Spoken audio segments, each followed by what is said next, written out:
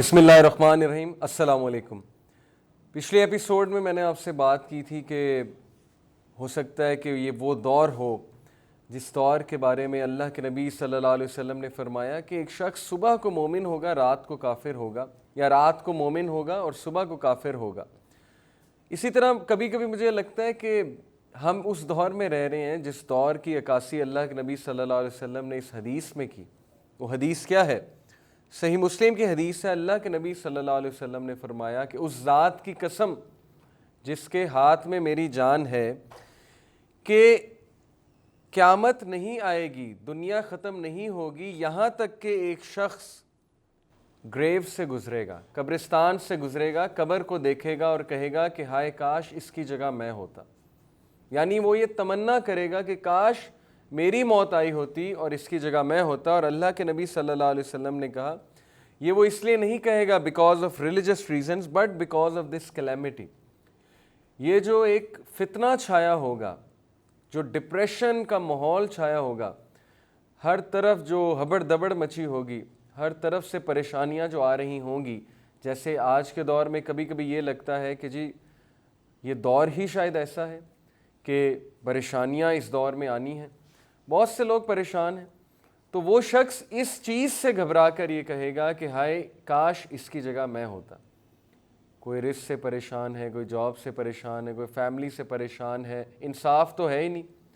جس معاشرے سے انصاف اٹھ جائے وہاں تو ویسے ہی اللہ کا عذاب آ جاتا ہے۔ تو انصاف ہمارے معاشرے میں کتنا ہے، کتنی جلدی کوئی چیز ہوتی ہے، یہ آپ کو بہتر پتہ ہے، آپ کا زیادہ ایکسپیرینس ہے۔ تو ان ساری فرسٹریشنز کی وجہ سے اس کے منہ سے نکلے گا کاش اس کی جگہ میں ہوتا۔ ابن مسعود رضی اللہ عنہ یہ کہتے ہیں، بالکل صحیح قول ہے، There will come a time when if one of you found death for sale he would purchase it۔ ایک ایسا وقت آنے والا ہے کہ اگر موت بک رہی ہوئی اور تمہیں خریدنی پڑی تو تم پیسے دے کر موت کو خرید لو گے۔ آپ یقین کیجئے یہ قول سن کے مجھے چائنا یاد آتا ہے۔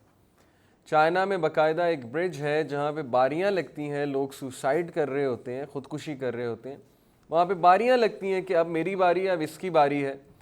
ظاہر ہے وہاں پہ ایک کاؤنسلر بھی موجود ہوتا ہے ان کی کاؤنسلنگ کرنے کے لیے، لیکن آپ یہاں سے اندازہ لگائیں کہ لوگ باریاں لگا کے خودکشی کر رہے ہیں، لوگ وہاں پہ خودکشیاں کرنے جاتے ہیں باقاعدہ۔ تو یہ ہے فرسٹریشن کا عالم، اور سیم یہ فرسٹریشن مسلمانوں میں پھیل رہی ہے۔ ایک چیز میں کریکٹ کر دوں کہ لوگ کہتے ہیں کہ مومن ڈپریس نہیں ہوتا، مومن کا ایمان اتنا زیادہ ہوتا ہے، مومن کبھی بھی ڈپریس نہیں ہوتا۔ یہ بات میرے نزدیک بالکل ٹھیک نہیں ہے، یہ بات غلط ہے۔ کیوں ڈپریس نہیں ہوتا مومن؟ مومن کو بھی ڈپریشن ہو سکتی ہے، کیونکہ ڈپریشن بخار کی طرح ایک بیماری ہے۔ مومن کو بخار نہیں ہوتا، مومن کو کینسر نہیں ہوتا، مومن کو جو ہے وہ اس کی کڈنیز خراب نہیں ہوتی۔ ڈپریشن ایک ذہنی بیماری ہے، وہ کسی کو بھی ہو سکتی ہے، اس کی بہت سی وجوہات ہوتی ہیں۔ ہاں لیکن یہ بات درست ہے کہ مومن جس کا عقیدہ بہت پختہ ہے، جس کا توکل ہے، جس کا اللہ پہ ایمان ہے، جس کو علم ہے، کون سا علم؟ علم نافع، قرآن مجید کا علم ہے، اللہ کے نبی صلی اللہ علیہ وسلم کی سیرت کا علم ہے، اللہ کے ناموں کا علم ہے، اللہ کو پکارنے کا علم ہے کہ دعا کس طرح کی جاتی ہے۔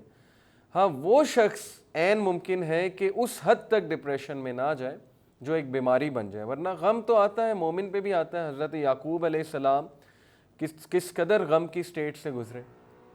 تو بہرحال یہ نہیں کہنا چاہیے کہ مومن ڈپریس نہیں ہوتا، مومن ڈپریس ہو جاتا ہے، بہت سی وجوہات ہوتی ہیں۔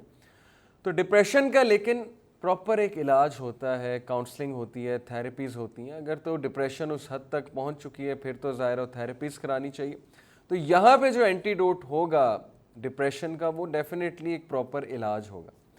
ادروائز کیا علاج ہے ڈپریشن کا، انگزائٹی کا؟ جو اینٹیڈوٹ میں آپ کو اس ایپیسوڈ میں دینا چاہتا ہوں، جیسے کہ میں نے حدیث پڑھی کہ کوئی شخص موت اس کے سامنے بکری ہوگی، وہ خرید لے گا موت کو۔ تو کیا ہے اینٹیڈوٹ یہاں پہ؟ میں یہ سمجھتا ہوں کہ یہاں پہ جو اینٹیڈوٹ ہے وہ یہ ہے کہ آپ زیادہ سے زیادہ علم حاصل کریں، کیونکہ علم بندے کا ایمان بڑھاتا ہے، بندے کا تقوی، بندے کا توکل بڑھاتا ہے۔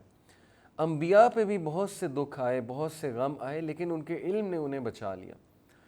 تو آپ علم کیسے حاصل کریں؟ آپ قرآن مجید کا ترجمہ پڑھیں، آپ وہ اصول لیں دین سے جو اصول ہماری شخصیت کو مضبوط کرتے ہیں وہ کیا اصول ہیں؟ مثال کے طور پہ جس کا جتنا مضبوط عقیدہ ہوگا اس کی شخصیت اتنی ہی مضبوط ہوگی. اور عقیدہ کیسے بنتا ہے؟ اللہ کو جان کے. جو اللہ کے ناموں کا علم رکھتا ہے, اللہ سے تعلق اس کا زیادہ ہے, تو ظاہر ہے کہ اس کی شخصیت اتنی ہی مضبوط ہوگی. دوسرا, اچھی کمپنی میں بیٹھ کر. تو یہ کچھ ٹپس ہیں اینٹیڈوٹ کے حوالے سے. انشاءاللہ نیکسٹ ایپیسوڈ میں مزید احادیث ڈسکس کریں گے اور مزید ٹپس آپ کے ساتھ شیئر کروں گا. جزاکم اللہ. السلام علیکم.